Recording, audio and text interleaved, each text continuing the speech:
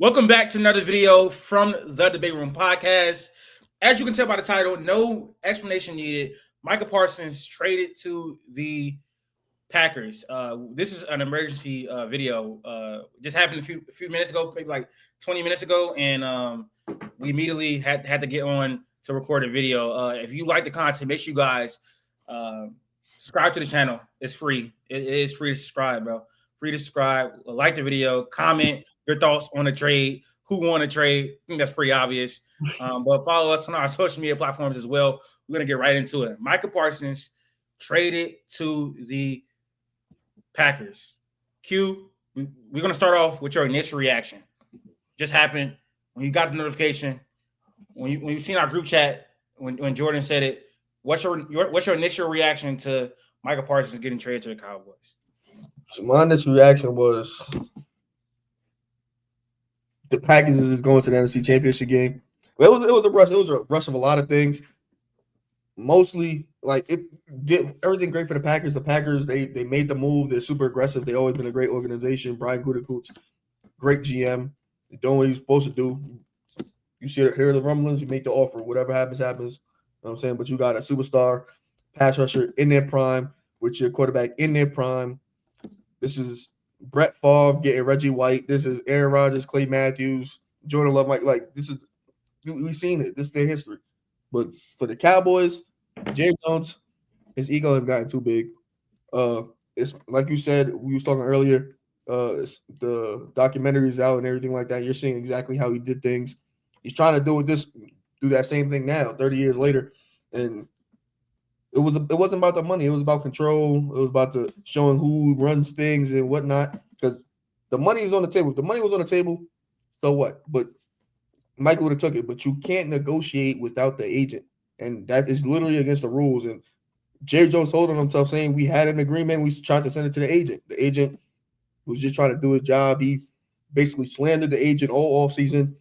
Got to the point where he was talking lovingly about Mike, and then he came down towards the end of it, started talking about him like, for lack of a better term, a slave workhorse, basically saying I own him for the next 3 years between the contract and the two franchise tags. You basically like, we could drag this out as long as you want. Until you realize somebody's willing to play hardball with you. And the only way to get out of that, Jerry Jones, he don't want to fold. He don't want to look like he lost anything. So next best bet, we're going to ship him out of here. It's my way to the highway, and that's exactly how we took this approach. You set your franchise back years. That's your best player you had in a very, very long time, in about probably 30 years. You're never going to – the chance again, another Micah Parsons is like slim to none. You had him in his prime. You could have gave him the money, had him for the next however many long he's been there, and actually show your team that you want to compete, but you just lost team morale. Everybody in that locker room should feel some type of way. I wouldn't even want to play, especially people coming up for contracts. Like, Dak and City got their money, but now they realize they're not in a serious situation if you trade away Micah Parsons. Everything after that is, why would a player want to play for the Dallas Cowboys? I know the helmet and the brand and whatnot, but the brand's taking a hit. If you're willing to trade Micah Parsons, I think your brand has to take a hit. People got to stand up and stop like letting this thing happen. And like, I know Jay Dillon is old, and it's harsh to say like he's not going to be here much longer, but still, it's like these things like are very harsh, and they could, make it harder for years to come. They should never went this long. He should have got paid 2 years ago, but this is just a long, thing about just Cowboys doing business wrong, especially when they run by the senile old man. Yeah, Jerry Jones is one of the worst owners in American sports. Not in terms of success. He's a very successful man. He makes a lot of money with the Cowboys, always has them in the headlines, whether they're good or not. But in terms of the way he actually runs the team, it's terrible. He has way too much input on the team. He doesn't let his general managers do their job. He doesn't let the coaches do their job. He just always has to have way too much say-so in how things go. He's playing hardball with one of the best players in the NFL, regardless of position. And the trade, terrible idea. It makes no sense whatsoever. You paid Dak top of the market money. You pay CD top of the market money. It makes no sense to not just keep Micah around, keep Micah and CD at least while they're all still in their prime. And Dak is not that old whatsoever because quarterbacks have a way longer, shelf life. Like Dak is still going to have probably 5-6 more years of high level play. So this team still had a window to be competitive. Once you remove Micah Parsons, their defense is going to be awful this year and for the coming years. So this move made no sense whatsoever. It's no way to justify it. He was just being controlling, egotistical, um, as he has been over the last 25 years, and that's why the Cowboys have not found any success whatsoever. This move does not coincide with what their offseason has been whatsoever. You go get George Pickens to play alongside CeeDee Lamb, and you can talk yourself into thinking that you can compete in the NFC. You got a really good wide receiver too. You got CeeDee. When Dak and Micah Parsons are on the field together, you're going to win regular season games. It's all about, converting in the postseason. But you're not giving yourself a chance to do that whatsoever by trading Micah Parsons. And for me, logically, this doesn't make sense because Jerry Jones, you're not going to be around for that much longer. So why are you not trying to win Super Bowls now? Like, I don't. If you're trying to do this for the future, that makes no sense because you're not even going to be here to see that future. To be honest, so I really don't understand what logic was behind this. I think that Jerry Jones was trying to call Michael Parsons' bluff. He didn't think that he would actually dig his heels in and say that he doesn't want to play for the Cowboys. But we'll find out more behind the scenes stuff now, like in the coming few days, in the coming few weeks, in the coming few months. But I would assume that they tried to give him a contract. And Micah, after being disrespected in the media countless times, really said that he didn't want to play and he wasn't going to budge, and so they were forced to trade him. If that isn't the case, it makes it even worse because if you didn't have to do it, it made no sense. You know what I'm saying? Like if Micah didn't be like, oh, I'm definitely not playing anymore. I'm not going to ever play for the Cowboys again, and you traded him without him being that firm, then it definitely makes no sense. 2 first-round picks, not enough for Micah Parsons. This is like a borderline generational talent we're talking about right now. And he's still in his prime at 26 years old. Kenny Clark, good player, and two first round picks. I get it. Not enough for Micah Parsons whatsoever. And then the Packers obviously give him that big contract. So contract completely worth it. You do that in a heartbeat if you're the Packers. We're gonna talk about their side right now, unless Q, you got anything else to say. No, all they had to do was follow the rules and negotiate with the agent. They want to circumvent the agent and go straight to the. You cannot do that. All you had to do was talk to the agent. You could have got whatever the contract was. Talk to the agent. It'll take 30 minutes. The agent would have looked at it and read it over. Okay, boom, whatever. If like they weren't trying to skimp Mike out or anything, because that's probably what like he tried to. It looked like he tried to swindle Micah basically by like not talking to the agent.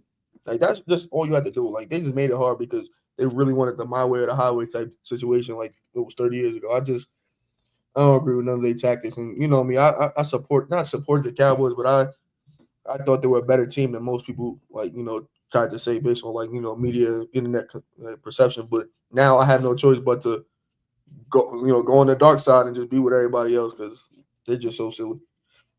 Yeah, I ain't gonna lie though. I'm kind of happy about this though because I got CD in fantasy. He's gonna be on the field a lot, so that offense is gonna be on the field a lot. So he should have a really big year, hopefully. So let's talk about the Packers side of this. They obviously get one of the best players in the league. They signed him to a 4-year deal, $188 million with I think $120 million guaranteed, $62 million in the first year of his deal. So they sweetened the deal for him, and I definitely he got some generational wealth. So shout out Micah, shout out the Packers. But where does this put the Packers in the NFC? Let me ask you this: are the Packers the biggest threat to the Eagles now that they have Micah Parsons? Biggest threat. They played a playoff game, and it was close-ish, but it was close with Jalen Hurts not playing well and Jordan Love, playing awful. And I think the Packers defense is like a lot to be desired, but I think if you add a talent like that on that D line, I think that changed the whole perspective of how they're going to operate because he could just, go after the pass. And yes, Lane Johnson has had success against him, but this is a different game. Having a good, better team on the other side, better coaching on the other side, I think things make it a little bit closer. I still probably think the Rams fully healthy have the best shot only because we actually seen them, come down to the wire in a game before. Whether the snow played a part in it or not, who's to say? I think that still would go in the Eagles' favor anyway. But yeah, I think they're easily a top 3 team in the NFC. We just recorded the episode where I said I think they're going to win the division. I think that's no doubt now. I think in terms of like talent, I think now they're probably on par with Detroit. I think they have one of the best rosters in the NFC. I think if Jordan Love could put together a start to finish season of, top 10 quarterback play, I think they easily should be in the NFC Championship game. I think even with trading Micah, they are clearly a step down from the Eagles. He feels one of their biggest needs. He is arguably the best pass rusher in the NFL, and they struggled to get pressure. They struggled to pressure the quarterback last year, and actually a few years now. So adding Micah is definitely going to help their biggest need. For me, it's really just their weapons. That's the biggest question for me. The weapons. I really don't know how productive their passing offense is going to be, how consistent their passing offense is going to be with some of the weapons they have right now. We got to see if Matthew Golden can be their best wide receiver, can be a wide receiver one, can break out. But the talent on the talent in that receiver room is not like great, and that's the biggest drawback for me with the Packers. I think Jordan Love is an excellent quarterback. I think he's a top 10 talent in the league. And I think that he's had to deal with some precarious situations, and he's dealt with injury. But I would say they're a top 3 team in the NFC. If Matthew Stafford can be healthy this year, I think they're below the Rams. But if he's not, which is probably likely, then they're the second best team in the NFC. They have a complete roster. They don't have super big holes. Like wide receiver isn't a hole. It's just not like top of the league type stuff. I think their secondary isn't great either. But adding Micah Parsons is obviously going to help that because he's going to be able to get to the passer and speed up quarterbacks. And that obviously helps your corners. I want to see how quick he's able to get adjusted because he's gotten traded literally a week before the year. So I want to see, and he might be dealing with a back injury. I don't know. That could have been that's probably just a tactic. So I want to see how disputitis. Yeah. I want to see how quickly he gets adjusted to the team. But I think the Packers are likely the most dangerous team in the NFC outside the Eagles because Matthew Stafford is 37, 38 and dealing with a back injury. That's not good whatsoever. That's not going to get better throughout the year. So I don't know. But right now, at least, I will have the Eagles first, the Rams second, and the Packers third. Hey, Luka and Micah in 7 months is nuts. If I'm Paige Beckers, I don't know what I'm doing. Nico Harrison and Jerry Jones, first team all idiot. Both Bears fans now on the pod today. Tough. It gotta be tough, bro. Gotta be tough. Packers are primed to be the best team in the division for probably the next 5 years at least. I mean, the Bears still have a shot, and the Lions will be there too. The NFC is going to be a really tough division. I think the Vikings and Bears are going to be battling out probably for the fourth spot. Probably. If they would have did this before the draft and got the same exact deal, you kind of could have convinced me on it because they could have used that ammo just to trade up to go get Abdul Carter. You could have had Abdul Carter, Kenny Clark, and probably like your own first round pick and would have been fine. And I still would have said they lost the trade, but at least I see the vision with Abdul Carter.